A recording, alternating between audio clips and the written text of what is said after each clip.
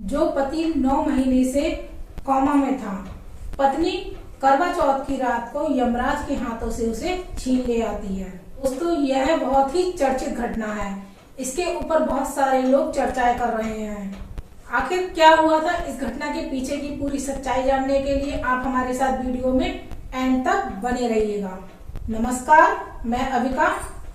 मेरे channel genius lady 777 में आपका स्वागत है। यह घटना दिल्ली के नारायणा विहार की है। नारायणा विहार के अंदर एक रमेश नाम का लड़का रहा करता था, जिसकी वेल्डिंग की दुकान है। वह अपने माता पिता का इकलौता बेटा है और एक लड़की होती है कल्पना। कल्पना उसका काल्पनिक नाम है। कल्पना शादी के योग्य हो जाती है तो उसके माता पिता उसके लिए लड़का देखना शुरू कर देते हैं और अपनी बेटी के लिए रमेश के घर रिश्ता मांगने के लिए चले जाते हैं। रमेश के घर वाले भी बहुत खुश हो जाते हैं और ये रिश्ता तय कर दिया जाता है। रमेश काफी अच्छा पैसा कमाता है। वह दिल्ली के अंदर ही और कई काम किया करता था। अब इन दोनों की शादी तय कर दी जाती है और खूब धूमधाम से इन दोनों की शादी कर दी जाती है। 6 महीने पहले ही इनकी शादी हुई थी और लड़की विदा के बाद अपने ससुराल आ जाती है। कल्पना अपने पति और सास ससुर को बहुत प्यार किया करती थी।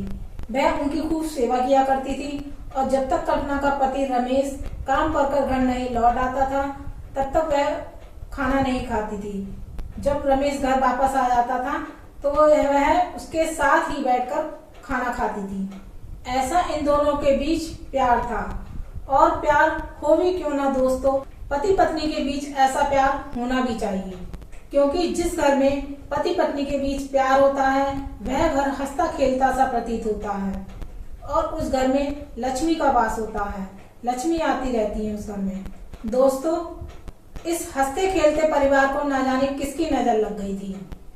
हुआ क्या था, यह लड़का जो रमेश है वह अपनी दुकान के लिए सरिया और पाइप ट्रक में लोड करवा रहा था। वह सरिया और पाइप उसे अपनी दुकान पर ले जानी थी।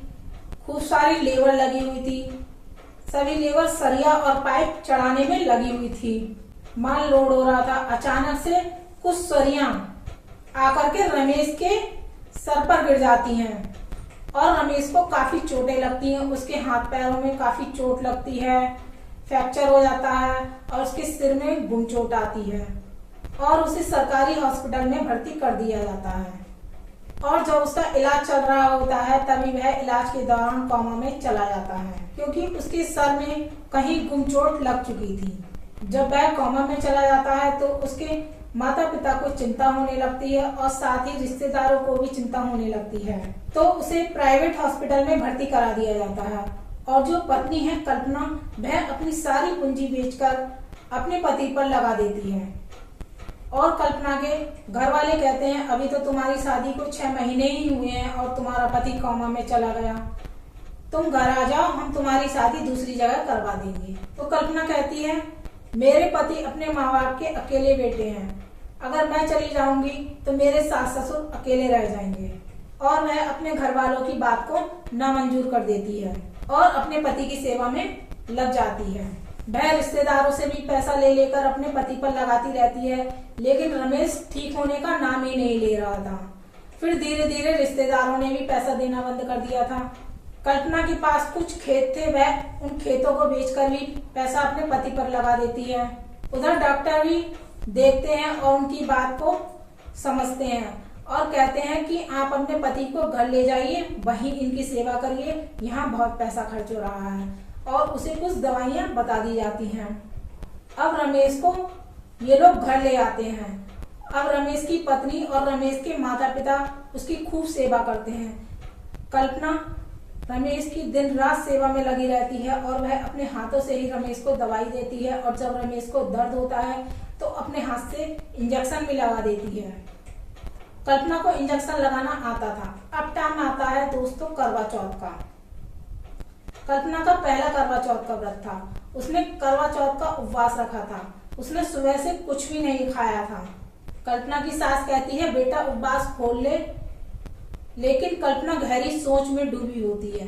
वह कहती है, नहीं माँ, मेरा उपवास तो रमेश ही कोमा से उठकर खुलवाएंगे। यह सुनकर सास झिल्लाकर कहती है, कहीं तू पागल तो नहीं हो गई है, वह कैसे खुलवा पाएगा। उसके बाद रमेश को दर्द होने लगता है तो वह रमेश को सुई लगा देती है और कुछ देर बाद वह शांत हो जाता है और वह अपने पति के पास बैठकर खूब रोए जा रही थी। उसके सास ससुर भी उसे खूब समझाए जा रहे थे, लेकिन वह बार बार रोते रोते यही कह रही थी कि मेरा उपवास तो मेरे पति ही खुलवाएंगे, कि मेरा उपवास तो मेरे पति ही खुलवाएंगे। हे देवी मैया मेरे पति को ठीक कर दो, हे देवी मैया मेरे पति को ठीक कर दो। यही कहते कहते उसकी आंख लग जाती है। पति की चारपाई के पास बैठे बैठे उसकी आंख लग जाती है और रात के 11 बज जाते हैं। और रात के 11 बजे पति की चारपाई पर कुछ हलचल होती है और वह बैठा हो जाता है और वह कल्पना को उठाकर पूछता है कि कल्पना क्या हुआ, क्योंकि दोस्तों वह तो कोमा में था और जो कोमा में होता है उसे कुछ पता नहीं होता है। कल्पना उठकर देखती है तो वह सोचती है कि शायद ये उसका भ्रम है और उसे टटोलने लगती है। फिर अपने पति को गले लगाकर खूब जोर जोर से रोने लगती है और रोने की आवाज सुनकर उसके सास ससुर भी आ जाते हैं और अपने बेटे को बैठा देखकर, अब बोलते चालते देखकर वह भी बहुत खुश हो जाते हैं। तब रमेश पूछता है कि माँ क्या हुआ। तब कल्पना के सास ससुर रमेश को बताते हैं कि आज करवा चौथ का दिन है और तेरी पत्नी ने आज उपवास रखा था और उसने आज कुछ भी खाया पिया नहीं है। वह बस यही कहे जा रही थी कि मेरा उपवास तो मेरा पति रमेश ही खुलवाएगा कोमा से उठकर। फिर दोस्तों रमेश अपने हाथ से उसे पानी पिलाता है, खिलाता है और उसका उपवास खुलवाता है। फिर दोनों पति पत्नी मिलकर प्रेम से जीवन व्यतीत करने लगते हैं। दोस्तों आप इसे सहयोग कहिए या चमत्कार कहिए, ये आपके ऊपर है कि आप इसे क्या मानते हैं।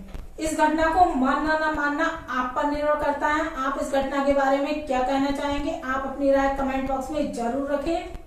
कल फिर मिलेंगे एक नई और सच्ची घटना के साथ। तब तक के लिए स्वस्थ रहिए, मस्त रहिए, अपना ध्यान रखिए। जय हिंद, जय भारत।